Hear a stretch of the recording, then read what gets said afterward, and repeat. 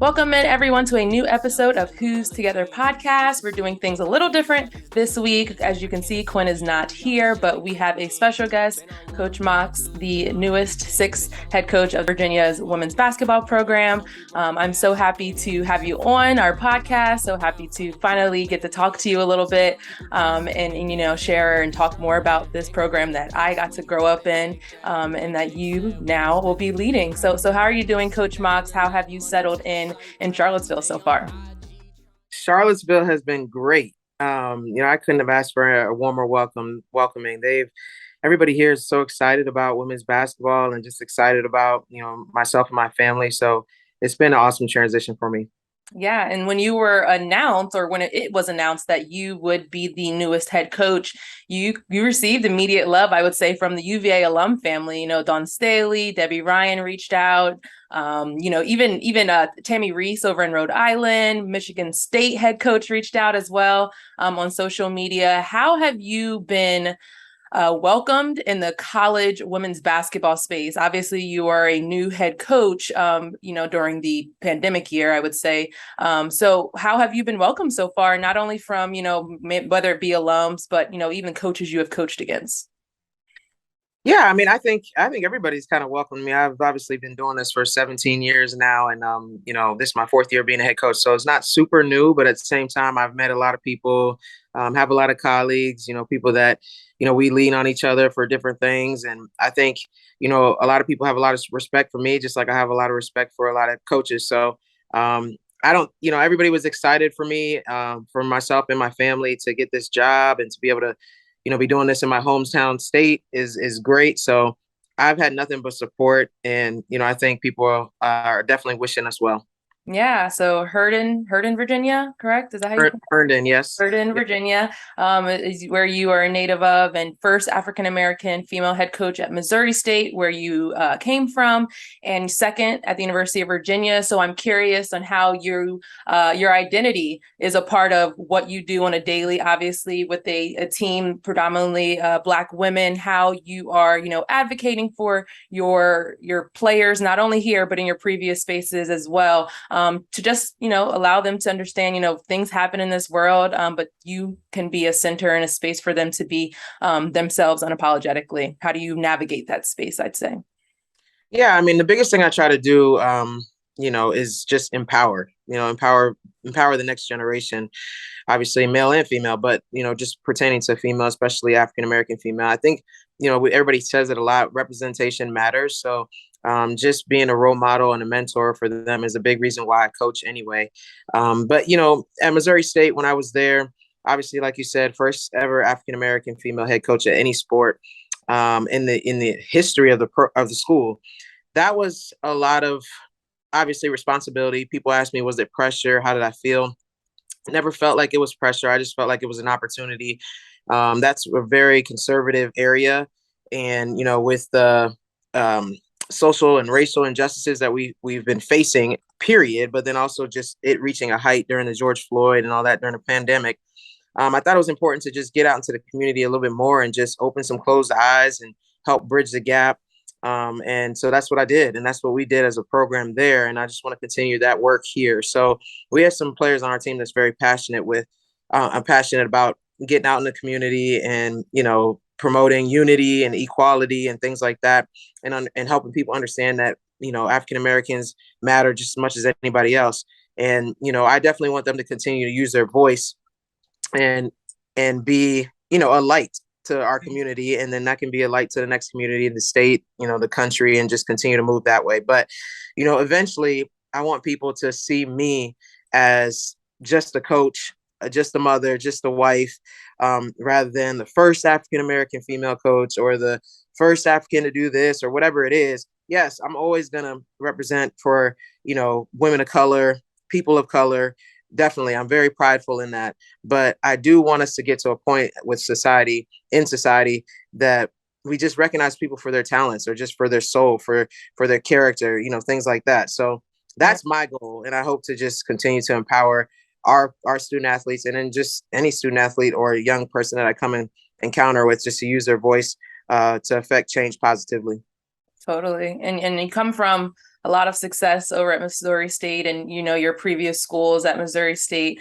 For those who don't know, 74-15 record, 46-6 record in the Missouri Valley Conference, 2 MVC Coach of the Year awards. And so I'm curious, looking at a school like the University of Virginia, what was the appeal? What were the things that got your gears turning in your head about what you wanted to do, not only with the program, but at one of the number 3 public schools in the country?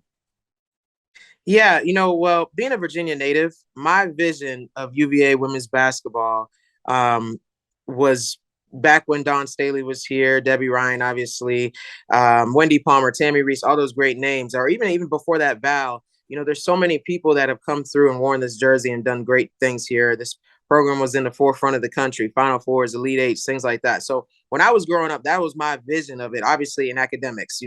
Academics was a huge thing. So this university has always been one that I thought was in the elite of the elites. So, when we did what we did at Missouri State, I was blessed with a lot of opportunities, and I don't take that for granted. I think that, it was just, God, I think he calls me to certain places like he called me to Missouri State.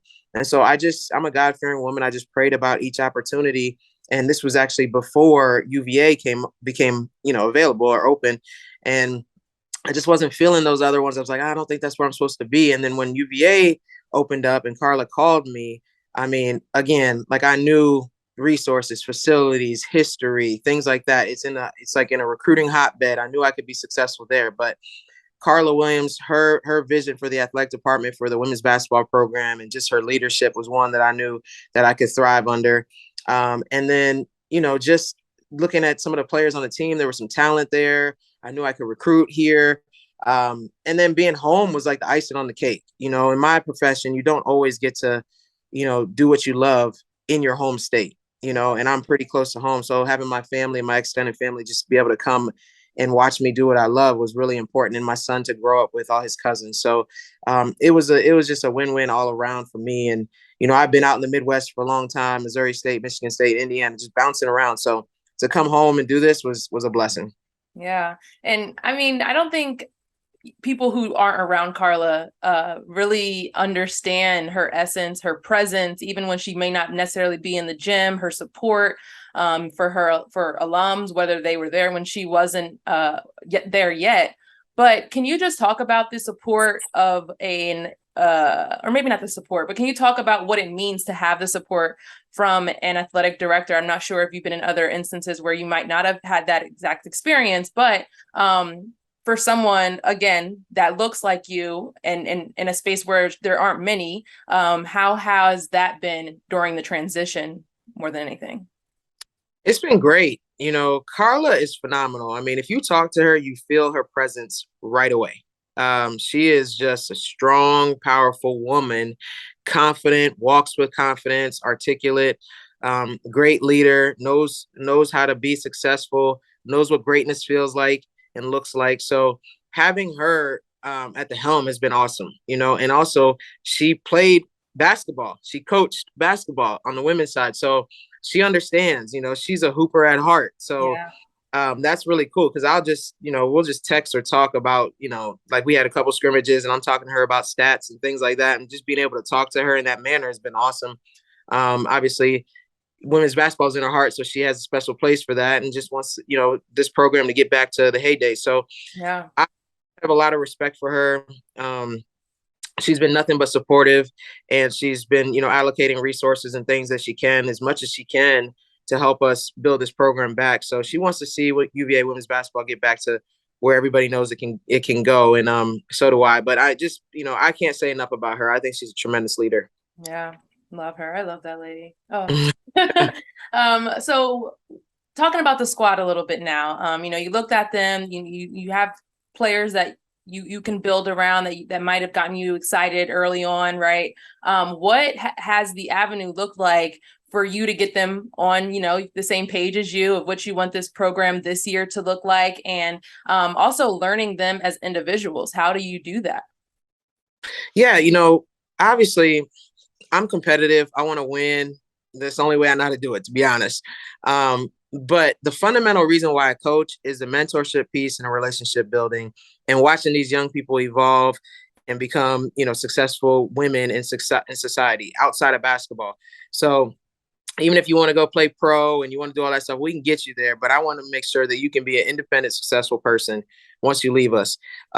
So that, with that being said, culture is the first thing that I had to do here, is instill my culture, my philosophy, build relationships. And that is super important. Of course, we jumped in the gym and we worked out and, we started working on skills, but we started building relationships, and I started really getting to know them individually, taking them out, they come to my house, just really investing in them, and not even just them, my staff, everybody, because that's really who I am.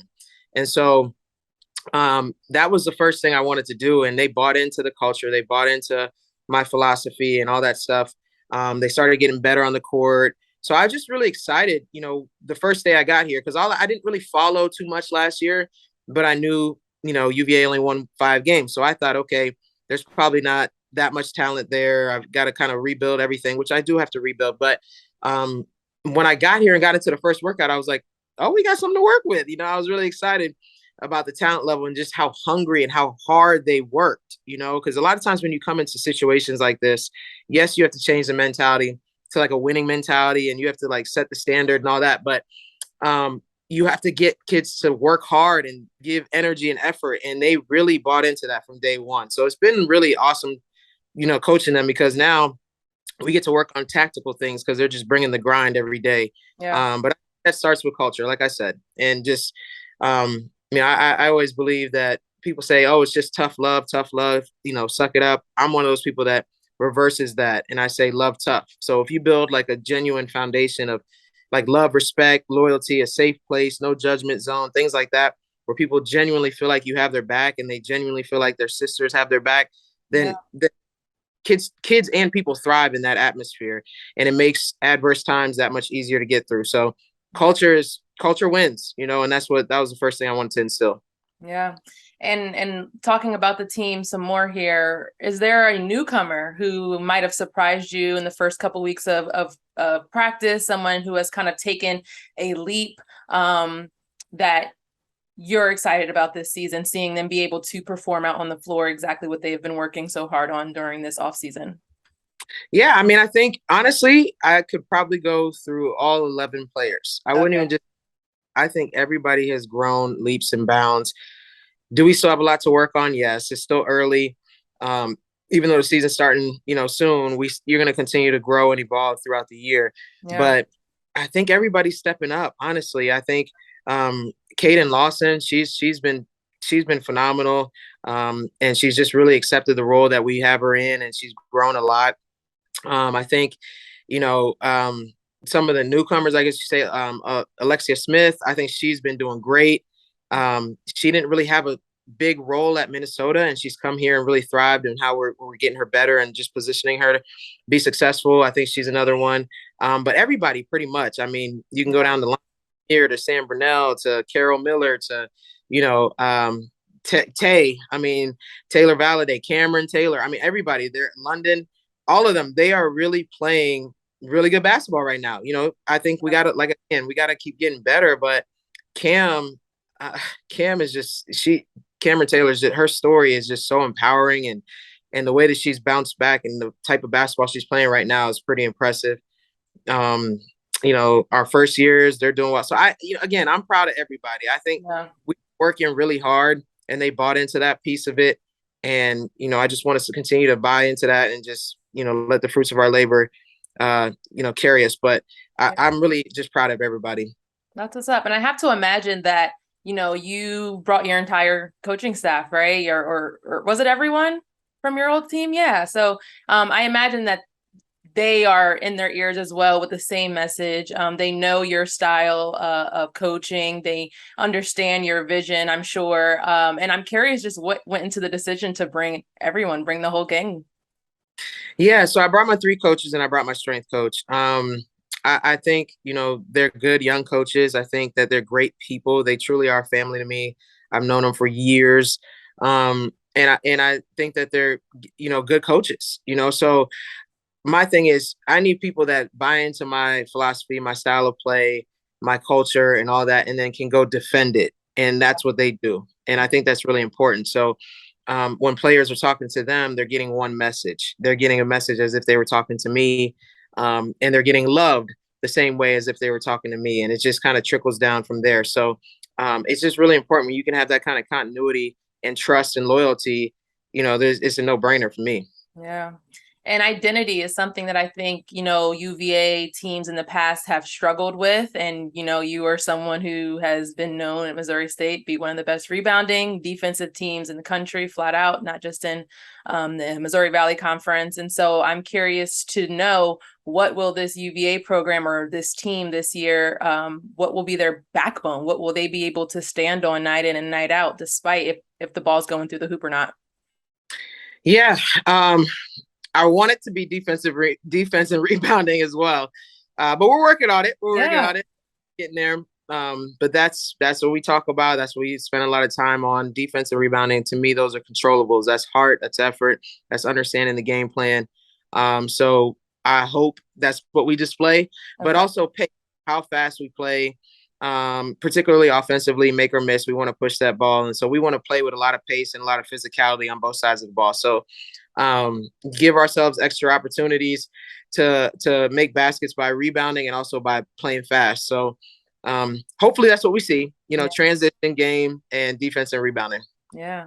And last question here before we get into some rapid fire questions. You talked a little bit about community and wanting to be a part of the community more when you were at Missouri State. And, I'm part of the Virginia fan, I guess, email chain, and as well as the alumni chain. And so I see the messaging that you've been putting out there as well. What have been some of those tactics that you've used at other places that you want to use at the University of Virginia in regards to getting the fans to attend, getting the alumni to attend these games?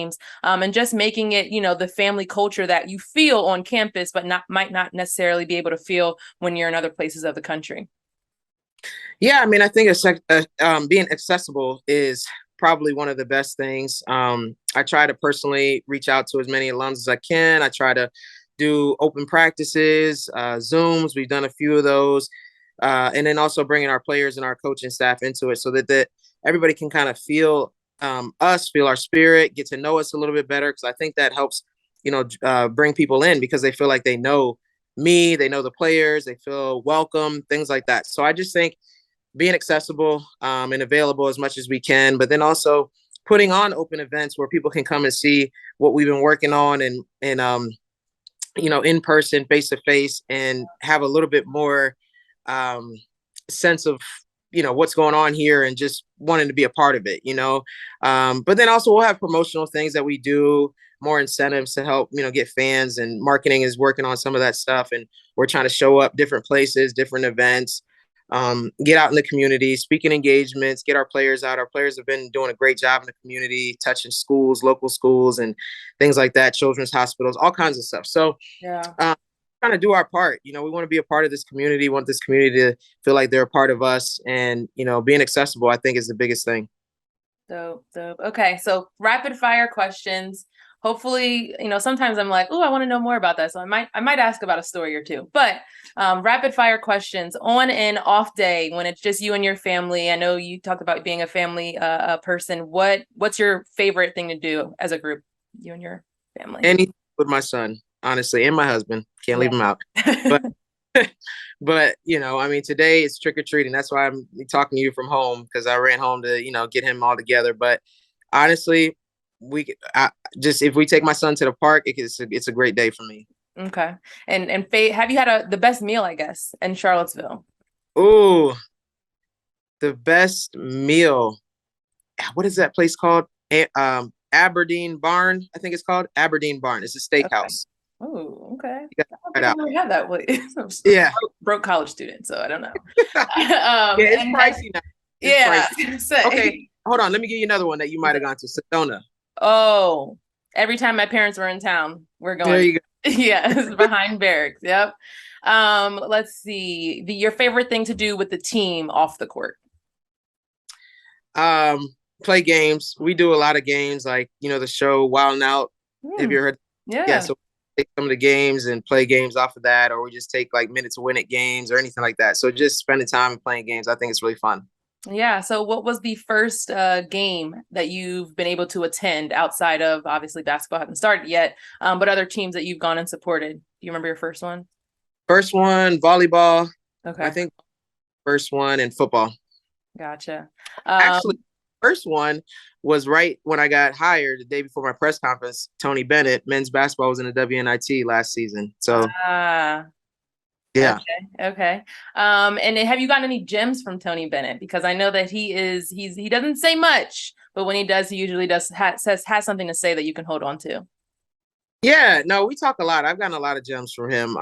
He's just always encouraging, keep doing what you're doing. He's seeing growth in our players. He sits in our practices sometimes. But we talk a lot about X's and O, especially defensive stuff. So yeah, I got a lot of stuff from him. He's a good guy. Yeah. And then in practice, what is your favorite must-do drill with the squad right now? 5-on-5 transition. Now that's my favorite. I don't know if that's their favorite, but it's a transition drill where it's basically 2 possessions at a time. And so if we start on offense, we go offense, defense. So we're working on transition offense and transition defense and scoring out of our options. But the way that I do it is it's regular scoring, but then you get +1 for offensive rebounds, you get -1 for turnovers, -1 for uncontested shots, -1 for a whole slew of things. So it's really hard. I play till 10, first team to 10, we're going against our scout team. Mm-hmm. But as you get so many minuses, it could take a while. So just to see us grow in that drill, I love it. Okay. Okay. Well, thank you so much, Coach Mox. I'm again very happy to be able to speak with you. I'll be attending the January 12th game in person with the ACC Network Extra. I call some games during the season, but I'm in Texas. Ooh. So I am remote, but that game is the one that I will make in person and try to be down there for the alumni weekend so I can meet you in person, hopefully. Awesome. Definitely will. Let me know when you're coming. All right. Will do. And make sure, listeners, that you guys go support the women's basketball program this season. Starts November 3rd, exhibition game at home. Their first official game, November 7th, against George Washington, 5 p.m. So make sure you guys go support and be loud. Wake up every morning with drive. Been on the grind, know I had